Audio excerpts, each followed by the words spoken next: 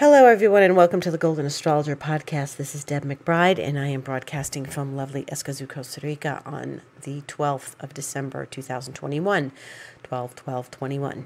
And we have a lot to cover because a lot's going on, but I'm going to discuss yesterday's Venus-Pluto conjunction because that has set off now a trail of events that we are going to be involved with over these next weeks and months as Venus goes retrograde and Pluto and Venus meet up 3 times. Now, I talked a lot about this last week, and I've been talking about it for quite a while now, but now we're in it.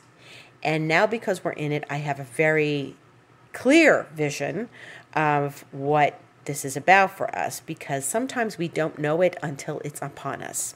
And I can tell you that I have a strong sense of what it is about for me, or I have a very clear knowledge of what I need to work on during this time. And each of us needs to work on something, because something from our subconscious or unconscious has visited with us probably already, and it is telling us, hi, I need to be worked on.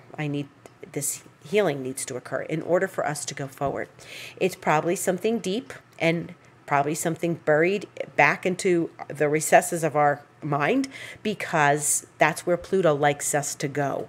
Pluto wants us to go deep, deep within to connect whatever it is to our life and clear it out for once and for all. And if this is probably a long-standing issue for each of us, because Venus is going to pass Pluto 3 times. It's not like once and, oh, I got to work that out, and you do a little dance and you work it out.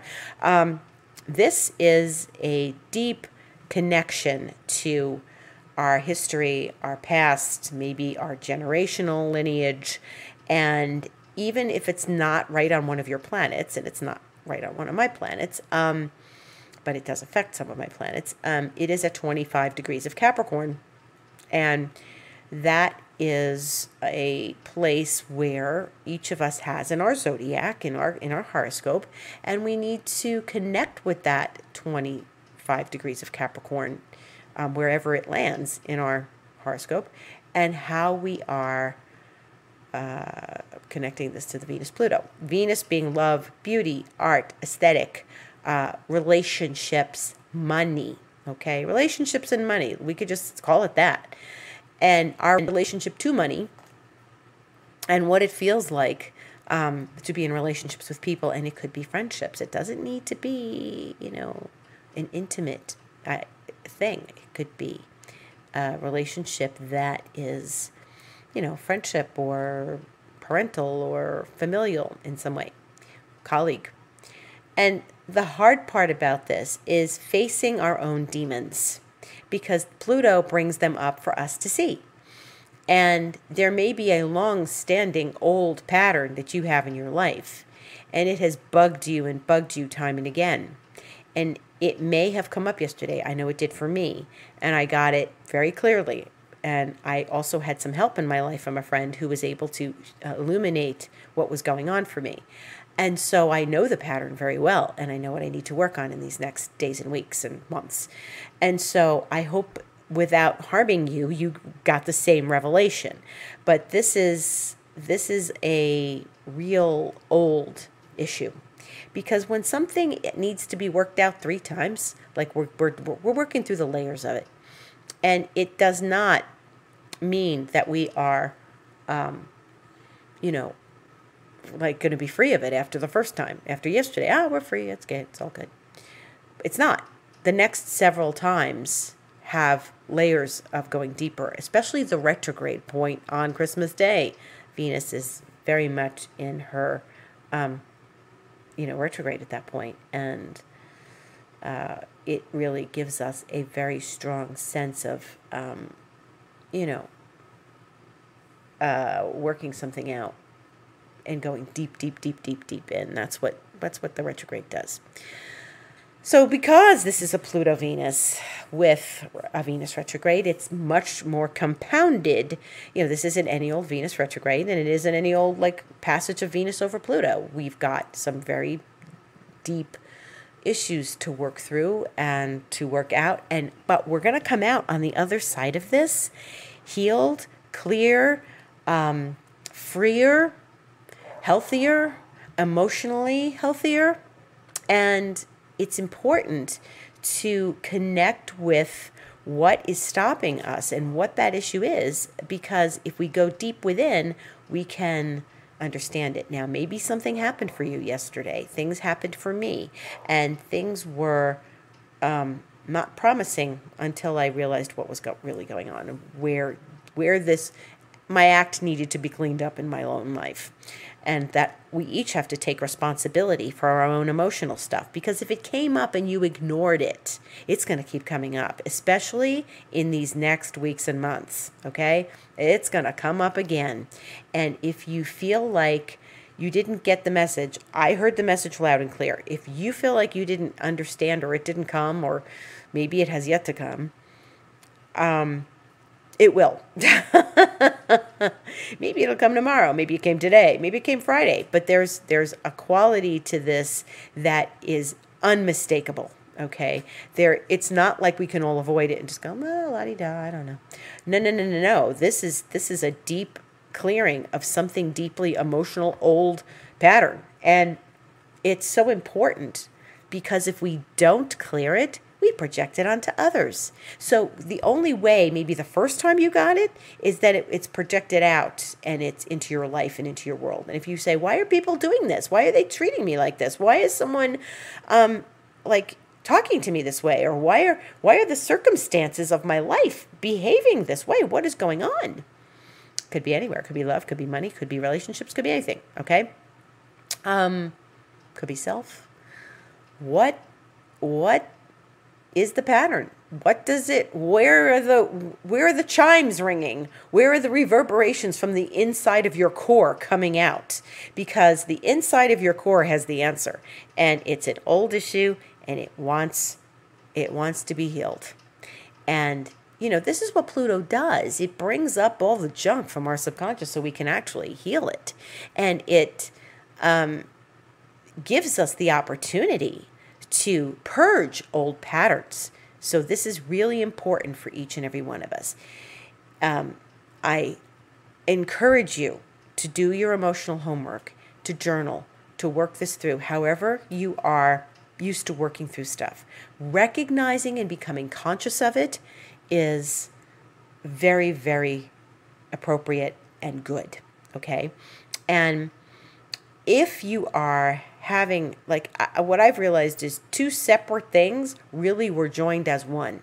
And I realized that these two individual circumstances from my history were connected. And I didn't realize they were connected. So now I know they were connected, but I know what the issue is and where it's coming from. So may you have the same enlightenment. May you have the same ideas. May you have the same experience for your own life. And may you be able to work this through. If nothing happened, I'd be surprised. Maybe it's yet to happen. And look for the hints in your life. I'm a Venus Pluto person. I have an opposition. So it's going to ring chimes for me louder than other people and more immediately than other people. If you aren't a Venus Pluto person, if Venus and Pluto don't talk to each other at all in your chart in any way, shape, or form, then maybe you don't have the looming feeling of working something through the way the rest of us Venus Pluto people do. But if something probably happened somewhere along the line. It just depends on the nature of your chart and your life and what you do and how this surfaced.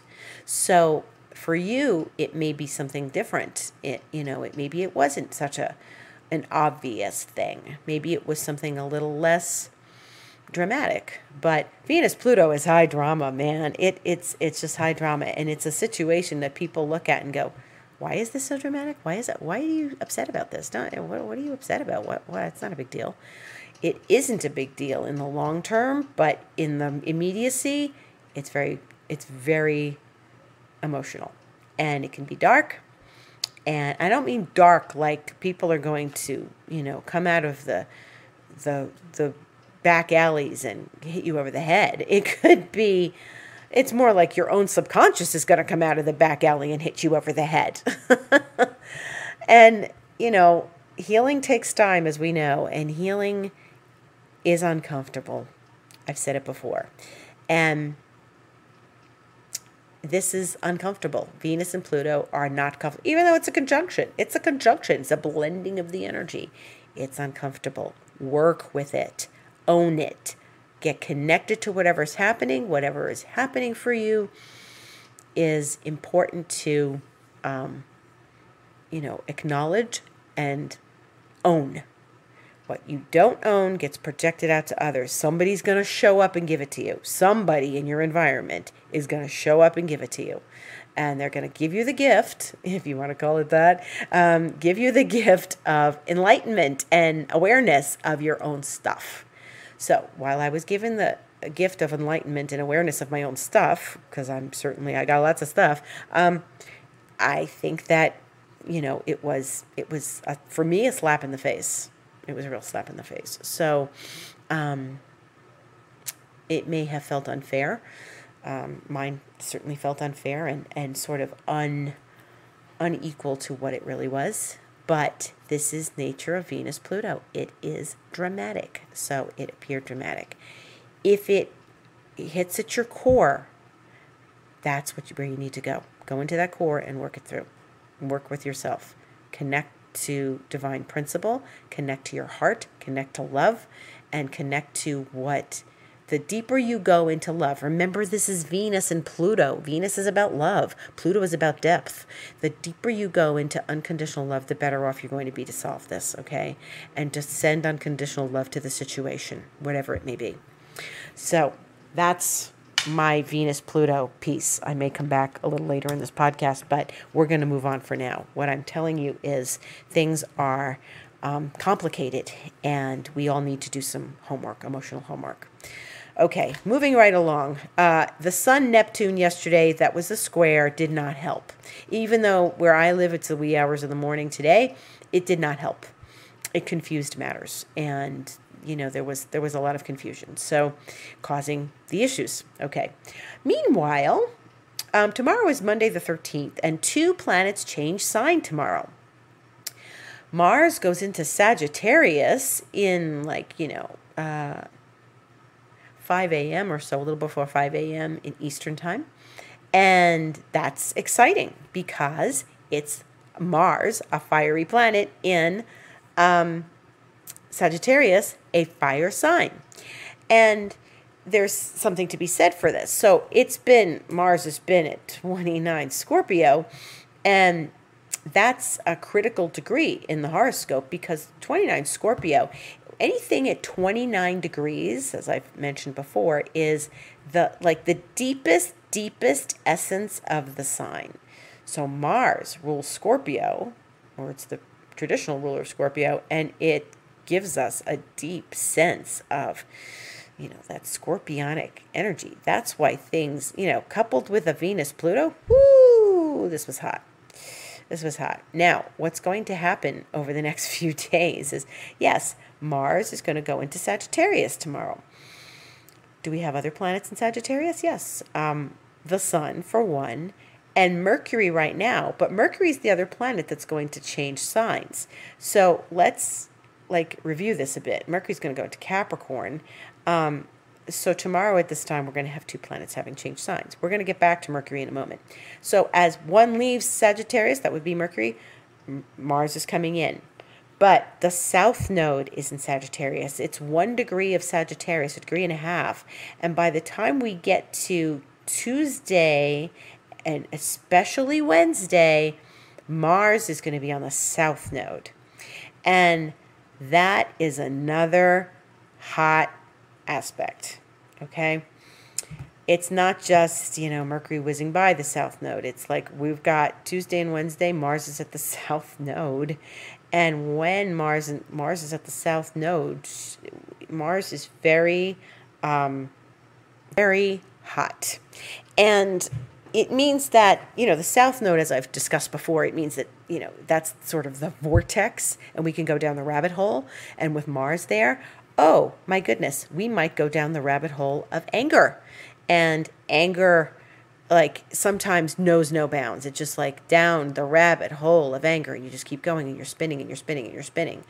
And coupled with Venus Pluto having happened, coupled with the confusion of the Sun square Neptune, a lot of this is, really a bit treacherous, okay?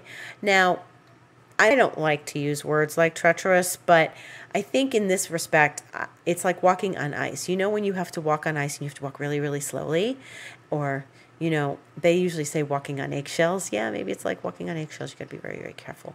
You don't crack anything, but it's really like you have to cross an icy street and you need to be really, really cautious and careful about not slipping. And that's what this is like, because you can get really down the rabbit hole if you allow yourself. It is very, very important to watch your steps, watch your temper, watch your anger, watch what's happening to you. That is, could be a snowball after, and there we go again, ice, snowballs. It could be a snowball after all of this Venus Pluto. If something triggered you the other day, it could get into a deeper situation. So mind your business, mind your P's and Q's, as they used to say. Keep your head down and work, and don't allow yourself to get pulled into drama. And that's the most important thing, to not get pulled into drama right now. It could be high drama. It could be a very bizarre and dramatic situation, and you're like, how the hell did I get here? But Mars on the South Node could just let us spin out of control in our anger. And you just need to not go there. You need to not go there. You need to take the high road, and you need to just stay in your own business and not get involved in other people's stuff and problems and things. I'm not saying don't help people, but I'm saying don't try to avoid any sort of blame for anything.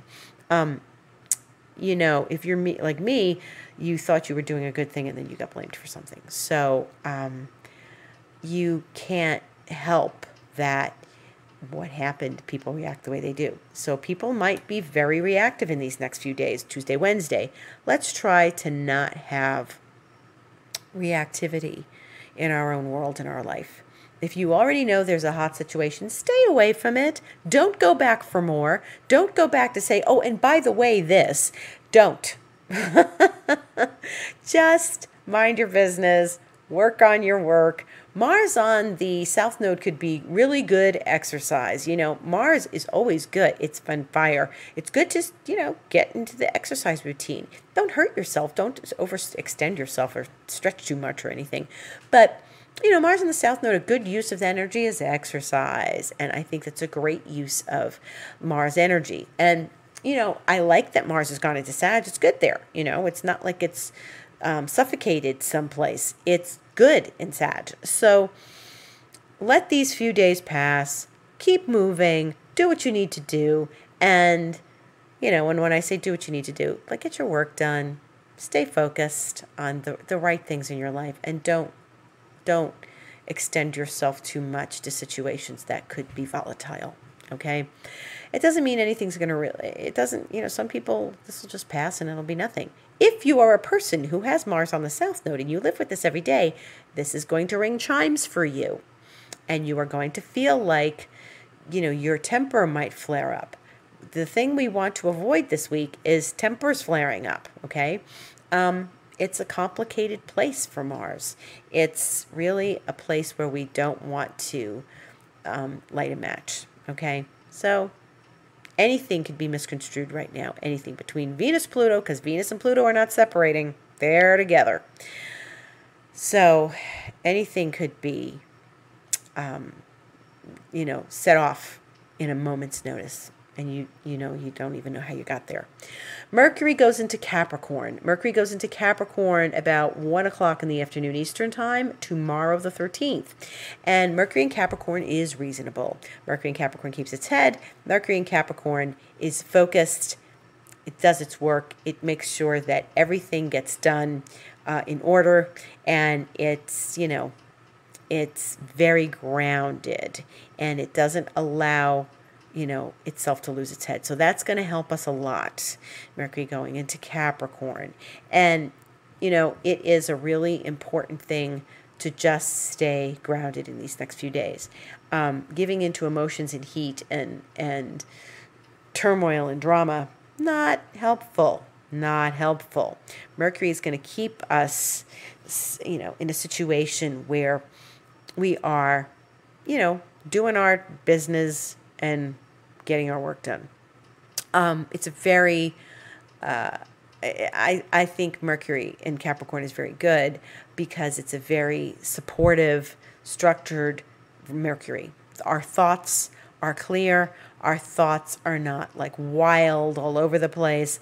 We're just trying to remain focused. And, we're in mid-December now. We're going into mid-December. And, if you got shopping to do for holidays, if you got organizing to do for holidays, if you're someone that has, a business and you need to do your year-end finances, this is good. This is really good. Mercury in Capricorn is going to help with all of those things. It's steady Eddie, and it's going to give us some backbone as opposed to all this fire that is flying around. Now, we do need fire. We didn't have any fire in the sky. Remember a few weeks ago we had no fire?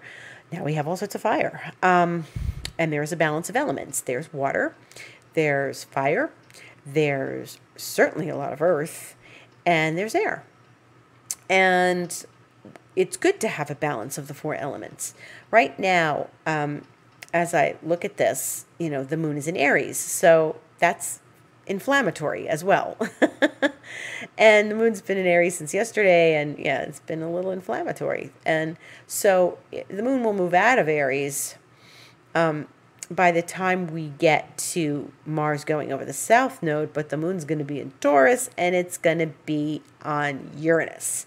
So, lots of inflammatory aspects coming up.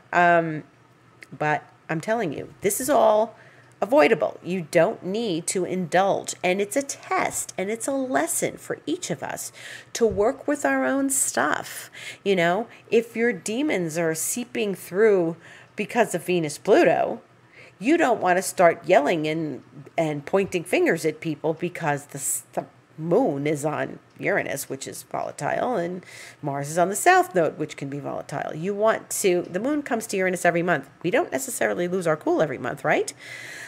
It's just that we've got a certain amount of Mars to south node and, Venus to Pluto that are creating a little bit of stress for us. Now, we want to get things done. We want to keep our nose to the grindstone. As the moon enters into Taurus this week and goes to Uranus and all, it's actually going to give us some, feet on the ground, okay? So that's actually good. With Mercury in Capricorn, we got a lot of Earth coming this week. On Tuesday, we're going to have Moon, Uranus, Venus, Pluto, and Mercury. That's 5 planets in Earth. We should be able to, keep it cool and not allow ourselves to get swayed by emotions. Earth people are very practical, and, we've got Saturn and Jupiter in air. That means, we know how to keep our head, our brains on track.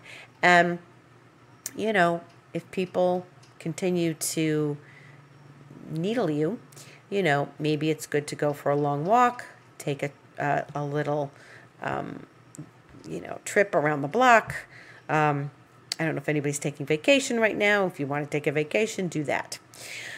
Okay, the other thing that happens this week is that we have a full moon on Saturday the 18th. It's a Gemini full moon at 27 degrees Gemini, which means the sun will be at 27 degrees Sagittarius. This is the first full moon since last month. Obviously, we usually only have one full moon a month. However, 2 weeks ago we had a new moon and it was an eclipse, and this full moon should end the eclipse period. Okay, now what does that mean? It means the emotions and the things that are hanging in the air since the eclipses will kick out, will get resolved, will move on. And, this is good. This means that the less stuff hanging in the air from the eclipses, the better we're going to feel.